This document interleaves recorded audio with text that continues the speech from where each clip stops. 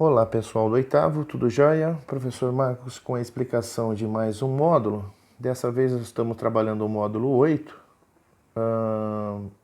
que traz o título Brasil, Novas Experiências no século XVI. Nós vamos ver aqui no século XVIII, tá, que o Brasil ele já possuía um sistema de produção, ele já tinha a produção de alguma coisa aqui no Brasil, que vai vir lá desde o século XVI, desde a década de 30, né, de 1530 e alguma coisa, quando Portugal resolve começar a colonizar o Brasil, ela traz para cá o cultivo da cana-de-açúcar, ok? Que vai servir como meio da produção do açúcar mascavo. E nós vamos ter lá na região Nordeste, tá? E na região de São Paulo, dois focos, né? Dois pontos a serem. Dois focos, dois pontos de produção, dois focos, dois pontos de cultivo da cana e de produção desse açúcar. Porém, nós vamos ver que nessa região de São Paulo, principalmente aqui na região litorânea próximo a Santos, São Vicente e tudo mais, nós vamos ter um fracasso dessa cultura por conta do solo, né? Diversos fatores ali vão fazer com que a cana seja abandonada ao longo do tempo. Por conta da produção baixa, por conta do muito custo para se produzir o mínimo, né? E então, essa galera que mora aqui, ela vai ter que procurar, de alguma forma, algum ganho, alguma forma de se manter, né? E de tocar os seus negócios. Qual seria o motivo, qual seria a medida tomada por essas pessoas que moram aqui? Olha, vamos lá para o comecinho do texto. Ele vai falar que nessa época aqui, ou melhor, desde o século XVI, ou seja, desde o início da colonização do Brasil, nós tínhamos aqui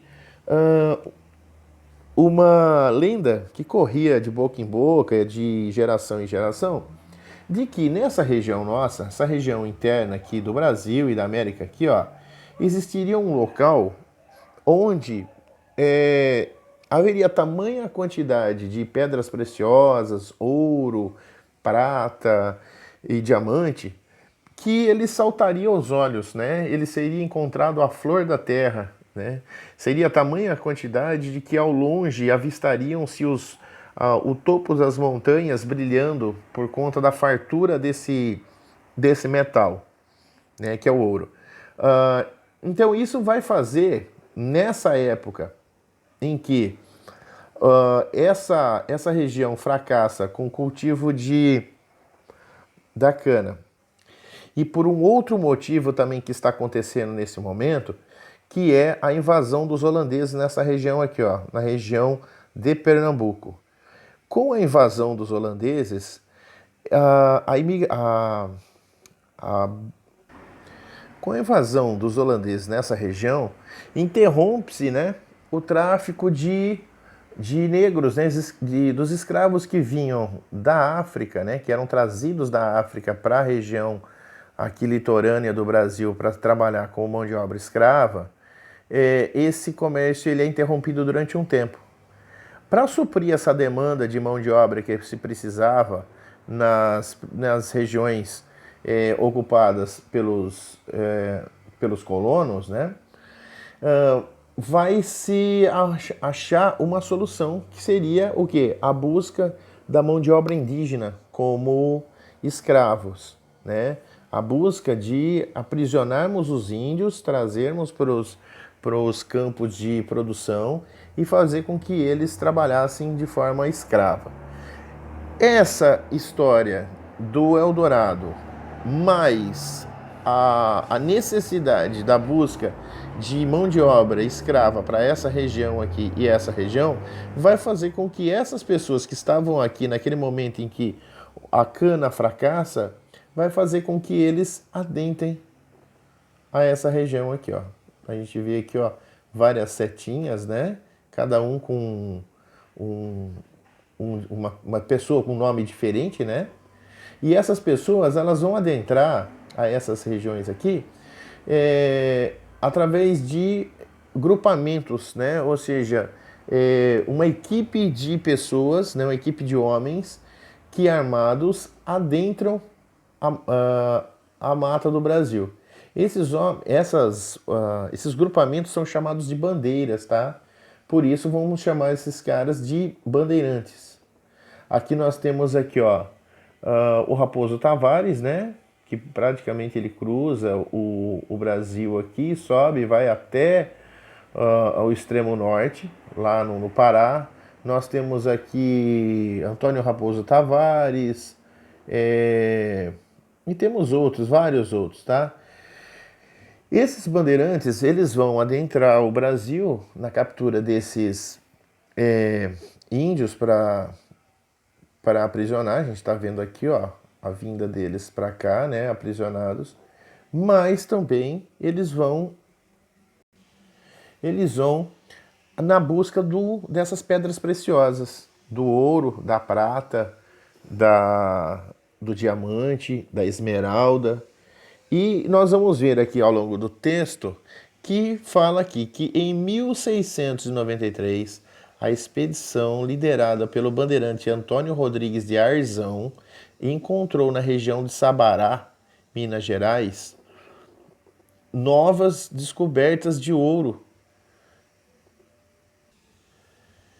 Novas descobertas de ouro foram feitas nas regiões próximas, tanto nos rios, o ouro de aluvião, que a gente chama, é aquele que a pessoa pega aquela peneira e peneira a areia, né, até encontrar as pepitas, quanto o ouro de rocha, o ouro de beta, que é aquele encontrado nas rochas, onde a gente vê muito naqueles filmes americanos, que eles fazem os buracos nas montanhas, né, eles vão cavando, cavando e afundando, afundando, tá? Isso chama-se ouro de beta. Foram encontrados os dois tipos lá, tá? E por volta de 1729, foram encontrados diamantes na região do Tijuco, atual Diamantina, tá? Diamantina, ela recebe esse nome por conta disso, ok? Com isso, nós vamos ver que vai acontecer uma corrida do ouro, tá? Muita gente com essa notícia largam tudo para poder ir atrás desses metais preciosos. O texto fala aqui que vem pessoas tanto do Brasil quanto de Portugal, tá? Das mais diferentes condições sociais. Tanto ricos quanto pobres, né? Eles vão adentrar o Brasil ali, já como estavam feitos os caminhos, né, pelos bandeirantes, e vão até essa região para poder escavar essa terra, minerar esses rios, né, em busca de ouro. Fala também que até mesmo os escravizados, né, que como estavam... lembra que o professor falou que por conta da invasão dos holandeses, há um declínio também na produção de cana-de-açúcar, e esses donos de escravos enviam seus escravos para a região para que eles possam escavar para eles, né? Para que eles possam ter uma segunda fonte de renda. Okay? Essa busca pelo ouro vai fazer com que os primeiros anos haja uma despreocupação com todas as coisas, menos a de escavar esse ouro, tá? Menos a busca do ouro. Eles se dedicam somente à busca do ouro, esquecendo-se de se concentrar também nas questões de necessidades. Então, vai chegar um ponto em que entre os anos de 1698 e 1771, em torno de 3 anos, aquela região mineradora, né, aquela região ali de Diamantina, aquela outra região ali de Sabará, vai sofrer vai sofrer um problema de falta de abastecimento de alimento e até fome, tá? As pessoas se dedicavam tanto à extração do ouro que esqueciam das condições básicas de vida, que era a produção, venda de alimentos, né? E nesse momento a gente vai ter um período até de fome. As pessoas tinham ouro, mas não tinham comida para comer, né? Com isso, com esse problema, Vila Rica, ao longo do tempo, ela vai se organizar na questão do suprimento, né, desses moradores, desses mineiros que trabalham nessa região, e vai passar a ser uma região de destaque e centro do comércio daquele tempo, daquele período, do início de 1700, né? Outra coisa também que há a se destacar no texto é que a coroa ela também vai se preocupar com um pouco mais com o que está acontecendo.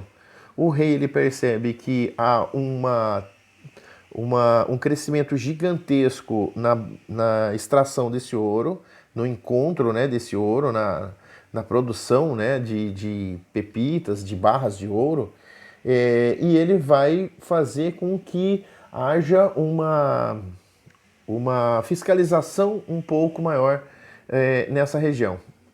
E aí ele vai criar o que chama o texto aqui de Intendência das Minas. O que seria Intendência das Minas? Seria um órgão encarregado, tá, de fiscalizar a extração. Eram militares que eram enviados pelo rei para que chefiassem e que fiscalizassem e controlassem toda essa extração do ouro. Através deles, a coroa começou a passar a cobrar um imposto que era chamado, o quinto, tá? Tá aqui bem no cantinho, ó, o quinto. O que o quinto era? Nada mais é do que 20% do que era extraído. Então a pessoa era o cara que extraía o ouro lá, sei lá, o diamante da jazida, e teria que ser pago ao governo, que ser pago ao rei, em torno de 20% da sua produção, o que era chamado de quinto. A vinda dessas pessoas, como o professor estava dizendo, que a vinda dessas pessoas das outras regiões para minerar, logo nos primeiros anos da descoberta dessas pedras preciosas ali, vai causar um conflito muito grande. Porque, pensem bem, quem descobriu essas jazidas foram os bandeirantes. E eles queriam exclusividade em relação ao rei. Ou seja, eles queriam ser os únicos comerciantes, os únicos que extraíam esse ouro, comercializavam esse ouro, e mesmo pagando impostos ao rei, eles fossem os únicos que mexeriam com isso e enriqueceriam com essa pedra preciosa, né? Porém, devido à intenção da coroa para que mais ouro fosse extraído e para que a própria coroa resgatasse mais impostos através do quinto, ela vai fomentar, ou seja, ela vai incentivar essas pessoas para ir para essa região, que vai causar um embaraço em relação aos bandeirantes, né? Vai causar conflitos. Esses bandeirantes vão chamar essas pessoas de emboabas, tá? Elas recebem um nome lá, um apelido, como se fosse um xingamento de emboabas, né? E entre 1708 e 1709 vai haver ali vários conflitos armados, tá? Que ocorreram entre os grupos, né? Que ficou conhecido como Guerra dos Emboabas. Após a Guerra dos Emboabas, né? Voltando, na Guerra dos Emboabas, o exército do rei vai apoiar aquelas pessoas que tinham chegado depois, né? Ou propriamente os emboabas, contra esses bandeirantes, que vão ser derrotados e vão fugir para o fundo, né? Mais para dentro das regiões interiores do Brasil, tá? Essa vitória que tiveram os emboabas vai fazer com que a coroa use o seu poder ainda mais, domine mais, né, essa questão da extração do ouro. Eles vão aumentar o controle sobre a extração do ouro, né? A gente já viu que existia o quinto, né, que eram 20% da produção, E a coroa, a partir desse momento, apertando mais o cerco, né, fazendo maior o controle dessa extração, ela vai criar um imposto chamado captação, tá, que é o tributo cobrado sobre cada escravizado com mais de 12 anos. Então, cada pessoa que tenha um escravo trabalhando lá na jazida, não só sobre o que ele produz, o que a jazida produz, o que o dono dele tira de ouro, que tem que pagar o quinto, ele tem que pagar também sobre a mão de obra escrava, que tenha mais de 12 anos, tá? Fora isso, existe o dízimo também, que era cobrado, que era um imposto que equivalia a 10% sobre tudo que era produzido na região. Lembra que no primeiro momento eles passaram fome e tudo mais? Quando ali em Vila Rica começa a ser o centro do comércio da região, algumas coisas são produzidas ali, né?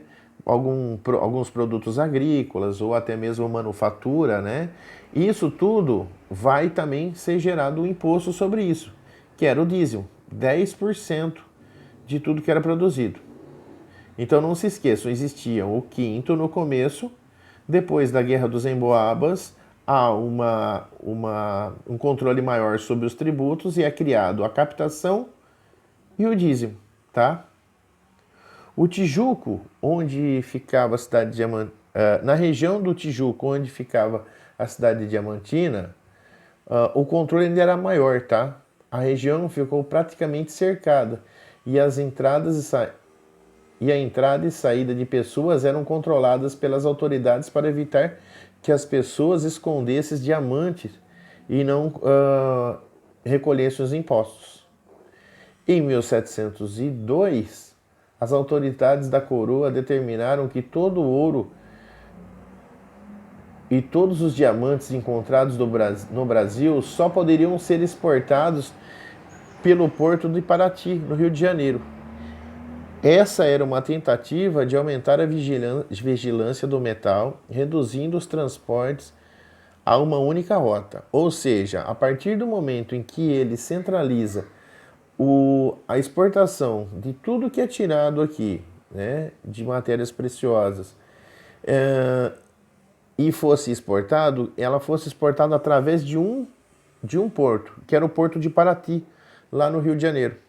Isso vai fazer com que, ao longo do tempo, a metrópole, que era lá em Salvador, lembram-se que no primeiro momento existia uma alta concentração de cana-de-açúcar e produção de açúcar naquela região nordeste, e a cana entrou em declínio e agora o grande brilho dos olhos do rei era o ouro, a prata não, o ouro e o diamante. Então ele passa a fazer com que o Rio de Janeiro seja a capital do Brasil. Por que o Rio de Janeiro? Porque ela fica mais próxima dessa região de extração de ouro. E é onde tem, inclusive, esse porto de Paraty, tá? Em 1717, para diminuir as perdas e aumentar o controle da saída, a coroa proibiu a circulação de ouro em pó, tá? E decretou que todo metal encontrado fosse fundido nas casas de fundição, fossem feitas barras, entendeu?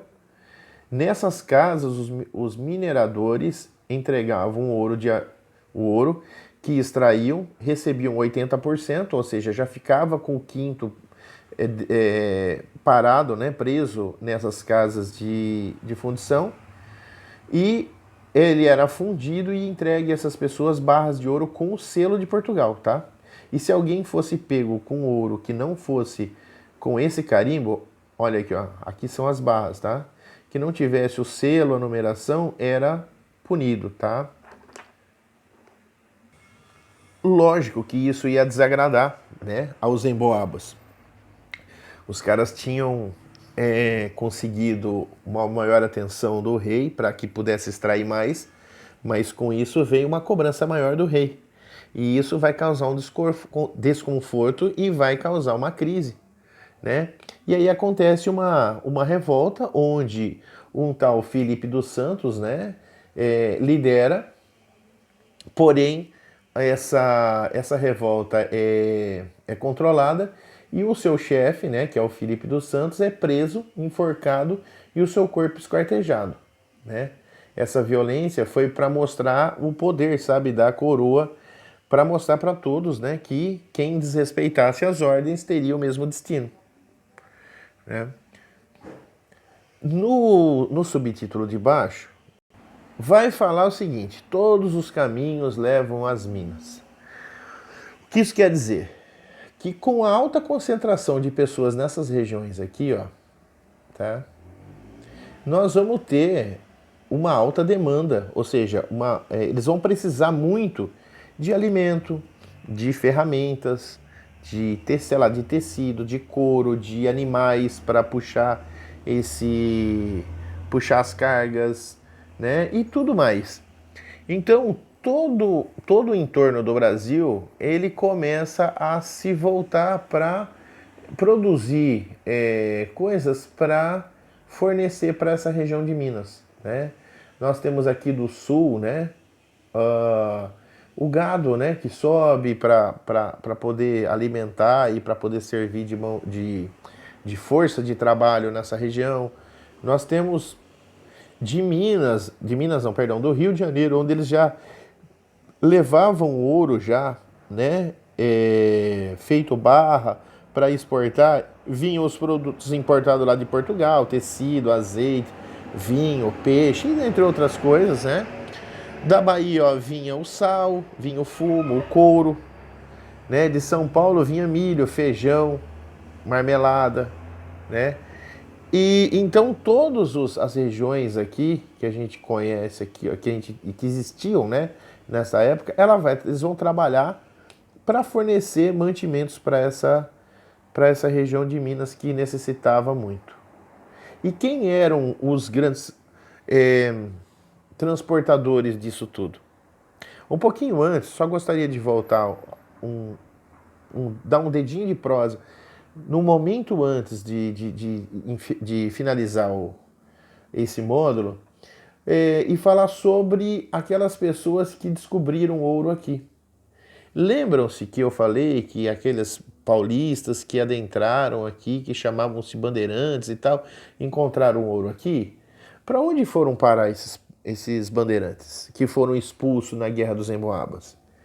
Eles vão entrar, tá, nessas regiões aqui mais ao norte, aqui mais para o coração do Brasil, e ao longo do tempo eles vão encontrar pedras preciosas, tá? Eles vão encontrar nessa região aqui, ó, de Vila Boa de Goiás, Cuiabá, tá? Nessas regiões eles vão encontrar ouro, prata, diamante e outras pedras preciosas também, ok? Só para deixar elucidar aquele pedacinho que a gente havia falado, né, sobre os bandeirantes que haviam fugido dali e para mostrar para onde foram. E para finalizar, nós temos essa parte que vai falar dos tropeiros, tá? Essa primeira parte do módulo vai terminar com os tropeiros. O que são os tropeiros? Os tropeiros eram aquelas pessoas que abasteciam as regiões, tá? Eram as pessoas que traziam de diversos pontos do Brasil, tanto do sul, São Paulo, aqui do norte, nordeste e tal, os produtos que eles precisavam. E esses tropeiros foram as pessoas responsáveis pelo surgimento de muitas cidades. Muitas rodovias que existem hoje eram caminhos desses tropeiros, tá? Algumas eram caminhos dos bandeirantes anterior a eles, né? E outras eram caminho desses tropeiros. Uma cidade, por exemplo, próxima a nós, que era um caminho desses tropeiros, a cidade de Bebedouro. Tá? Bebedouro ela tem esse nome porque era uma parada para o gado beber, para o gado parar, descansar durante um tempo, para poder ganhar peso para fazer a última travessia, do último pedaço da viagem, para que chegassem descansados, com um pouco mais de peso. Tá? Então esses tropeiros foram responsáveis por inúmeras cidades do nosso interior, principalmente o paulista. Ok?